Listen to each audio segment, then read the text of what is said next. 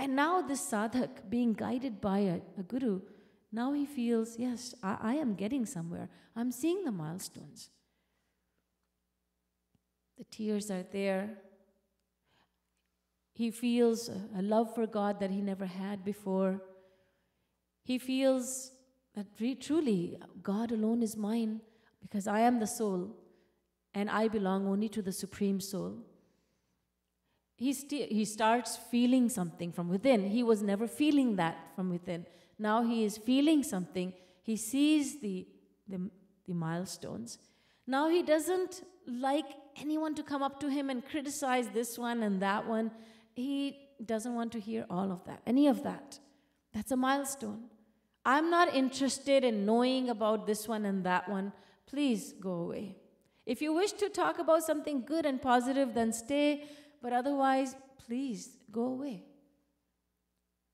He's not willing to tolerate anyone who talks about this one and that one. He's not interested. Genuinely, he's not interested. He used to be. He used to be interested in gossip, but now he's not at all interested. He's always interested in taking the name of God. He's very, very interested in taking the name of God.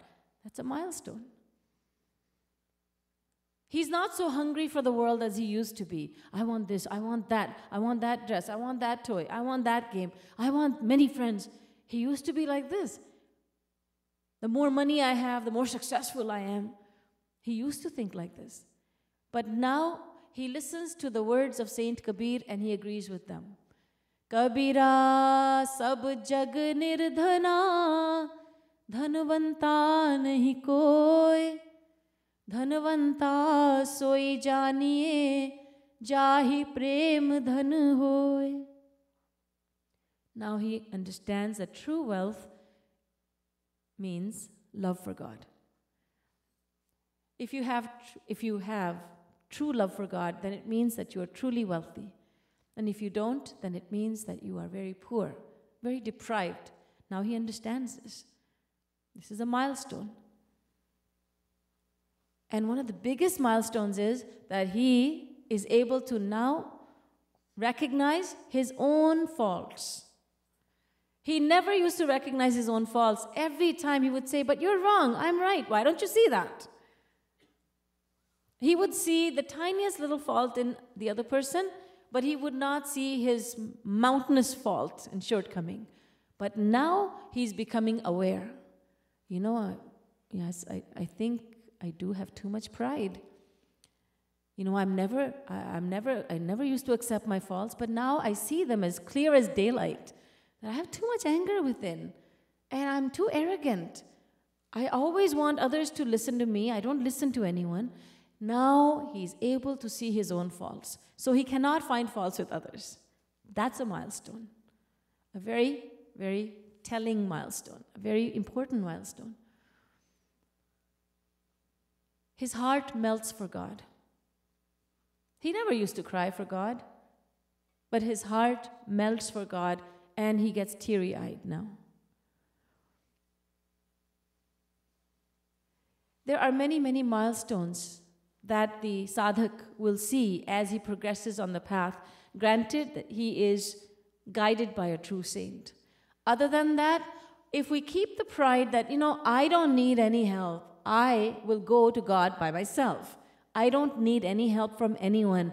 I don't believe in gurus. Guru is only a human after all. If we become arrogant like that, and we have been arrogant like this for countless lifetimes, otherwise we would have surrendered to a saint and we would have reached the destination by now. But obviously we were arrogant, we were too proud to accept that someone knows more than us. But there comes a time when we start understanding that we can't get there by ourselves. We start understanding, look, I have been walking on the path for countless lifetimes, and I'm not there yet. That means that something is wrong. Imagine traveling on the highway and never reaching your destination. You're actually getting further away from it. Now, you as a traveler will see at some point, I think I need to ask for directions. Because I'm nowhere near my destination. In fact, I am even getting further and further away from it.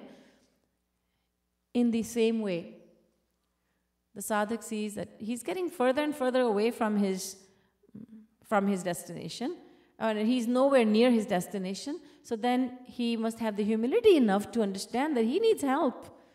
We need help. And then when he asks for help, then God gives him the help.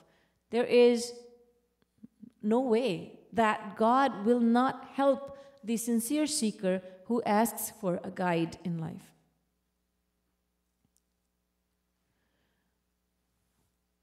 The Guru is a divine guide. And when you ask the Guru, what should I do in daily life? What should I be doing to increase my devotion and to go further towards my destination? He will not say to you, well, do whatever you've been doing. No. He will say this, this, and this. You do it like this, you do this. But Maharaj Ji, I have never said Radhe Radhe before. I'm accustomed to saying Ram Ram. I mean, all the names of God are equal, so you say do sadhana in this way, but I've been doing it another way. A person once asked, Maharaj Ji, you say Radhe Radhe, but I'm accustomed to saying Ram Ram.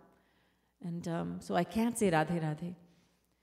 Maharaj Ji said all names of God are equal, but tell me, did you enter this world from your mother's womb saying Ram Ram Ram Ram? Oh no, Maharaj Ji. Then when did you learn how to say Ram Ram? Well, when I grew up, I started learning and I became accustomed to saying Ram Ram.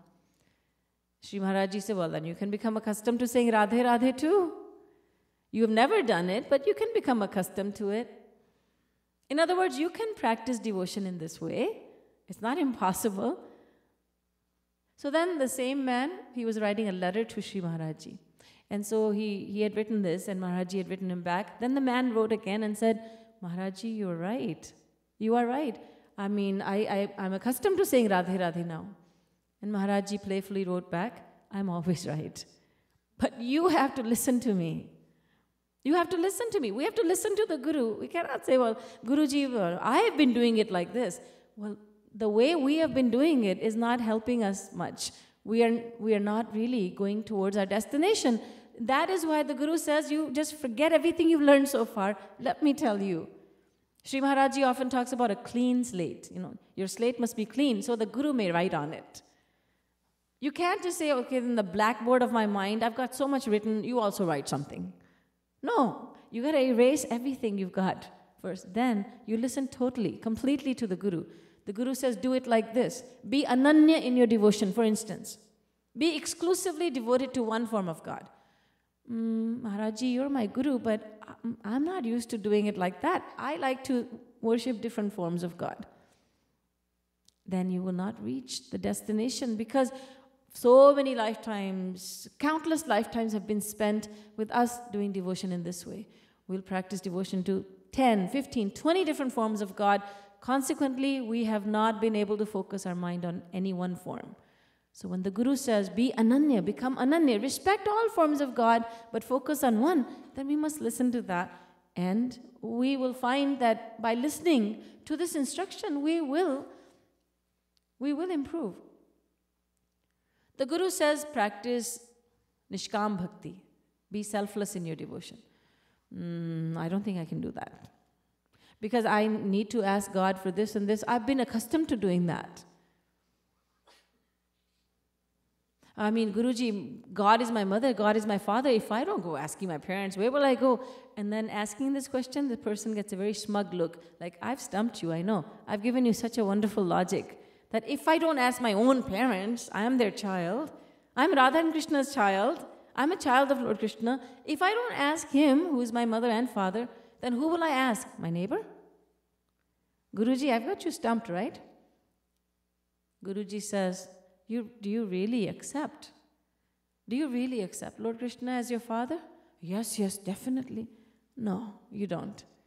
You only accept him as your father when you want something from him. Rest of the times, you have no concern with him. So son, first accept Lord Krishna as your father. Really accept him as your father. Then you can go ask.